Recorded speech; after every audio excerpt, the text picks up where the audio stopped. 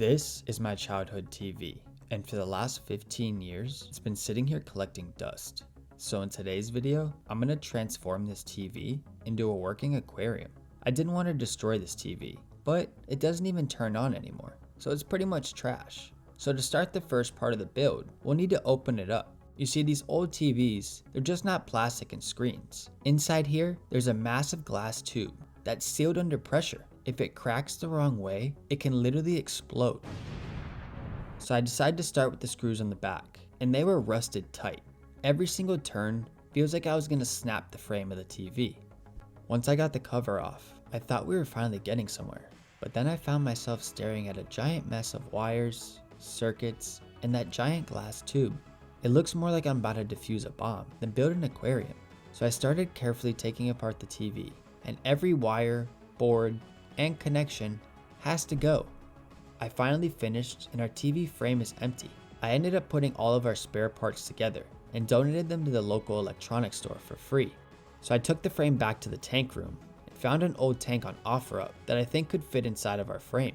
I took a quick drive over to pick it up, and when I brought it back to the Simply HQ, it fit perfectly, but I realized we had a huge problem. When I took off the back cover of the TV, that's where all the weight gets supported. So right now, our TV frame can no longer hold the weight of a fish tank. So I think it's best we build a solid wooden base to help support the tank. I gathered all the materials we needed and gave the materials to the custom builders here at the Simply HQ. And after many cuts and screws, they finished the custom TV stand. So I slid our base under the empty TV and it fit perfectly. And now it's time to plan out our build. I've already built countless ecosystems this year, but all of them have been freshwater. I wanted to try to build a mini saltwater tank. To start the first part of our build, I grabbed a bag of live sand and some white reef rocks. I chose reef sand because it's full of good bacteria that will help the tank cycle faster.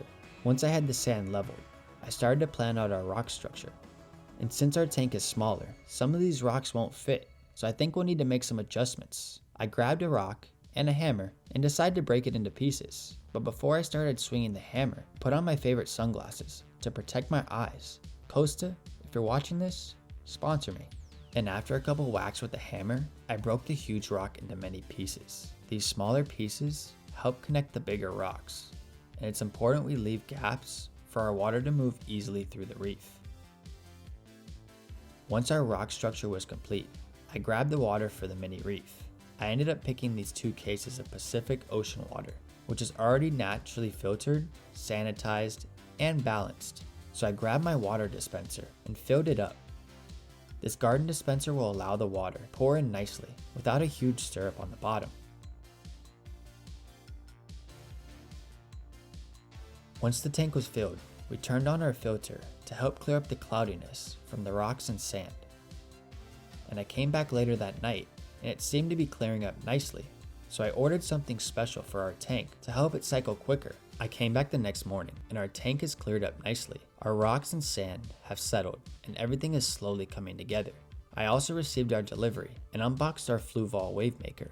A wave maker is basically a little pump that moves water around the tank. The consistent flow of a wave maker is what's going to help keep this reef healthy long term. So all I had to do was mount the wave maker inside the tank, and once I turned it on, you could see the immediate difference. The water just wasn't sitting there anymore. It felt like the tank was alive. So now all I have to do is let the tank cycle. In a couple more days, we should be able to add our first signs of life. I came back to the tank after a week of letting it cycle, and everything looks normal, but we're gonna need to do a water test. So I scooped out a sample from the tank and brought it over to my pet store. I gave the water sample to the guy, and he told me that the test takes 10 minutes, so I went to browse what they had in stock. I found these tanks filled with different corals and other sea life. I even found this tank filled with clownfish. We definitely need to get one for the mini reef. But when I went back to the test station, the guy told me the salt levels were perfect, but we had low levels of ammonia and nitrate still in the tank. He told me it's not safe to add any corals or fish, but he showed me this special chemical that helps lower the levels. He told me I need a couple doses and I'll be able to add our first signs of life. After a couple days, our water levels were now safe to add our first signs of life. So I headed over to the store.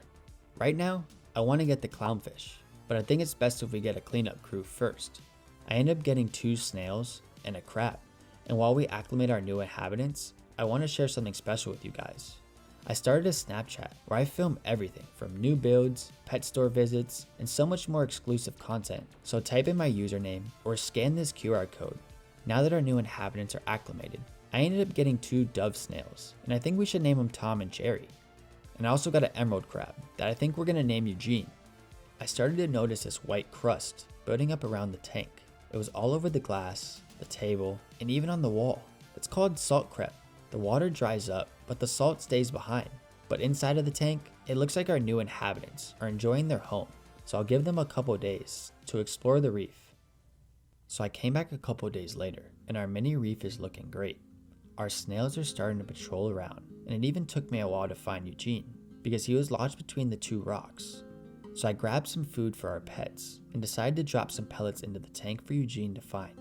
These pellets are filled with the nutrients Eugene needs to grow big and strong, so let's give him some time to find his snack and check our water levels. I got this tool called a refractometer. It's a small tool that tells you how salty the water is. So I pulled a small sample from the tank and carefully placed the sample into our machine.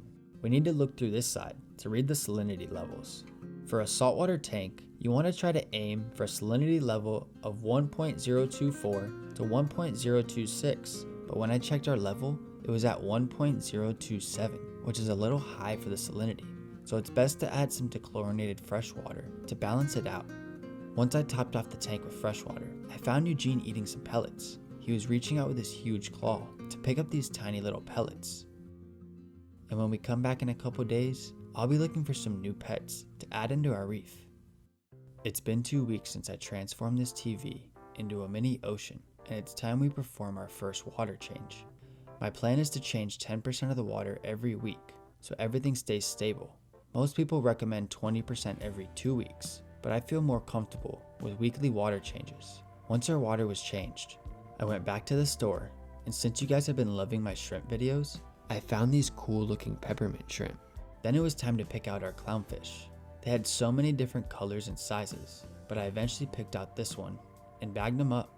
And as I was leaving the store, I ran into a subscriber. He told me he loved my videos and he wanted to show his support and actually bought us a fish for the TV tank. So I drove back to the Simply HQ, and once they were ready, I slowly added them in. I want to introduce you to Ben and Jerry the peppermint shrimp, Alex the clownfish, and our surprise pet, Jackson the firefish.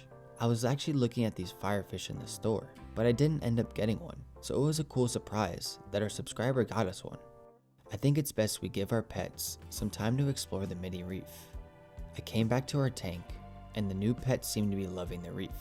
Our peppermint shrimp have been non-stop, helping to clean up leftover food and consistently scavenging to keep waste low. And up in the top half of the tank, we have Alex the clownfish. You see, clownfish are always on the move, and you'll notice that Alex will swim right into the flow of the wave maker. And instead of fighting it, he just lets the current push him around. Our firefish has been hiding, so I did some research and found that firefish are naturally shy. A new environment with lights or even tank mates can stress them out. So I grabbed some more of our pellets and dropped them into the tank. Our pets started to smell the scent, and I found Eugene coming out of the rocks to grab a couple pellets. It even seems like our shrimp and fish are enjoying their treat. I think it's time we add the final part to the TV fish tank build. I love this tank, but I feel like it lacks a color pop. So I went to the store to see the different corals they have, and they had hundreds. They had smaller ones, and they even had some that were moving. But when I looked at the prices of these corals, I was shocked. So if this video gets 10,000 likes, I'll come back and I'll buy a bunch of corals to build a mega reef. And I'll even get Alex a girlfriend.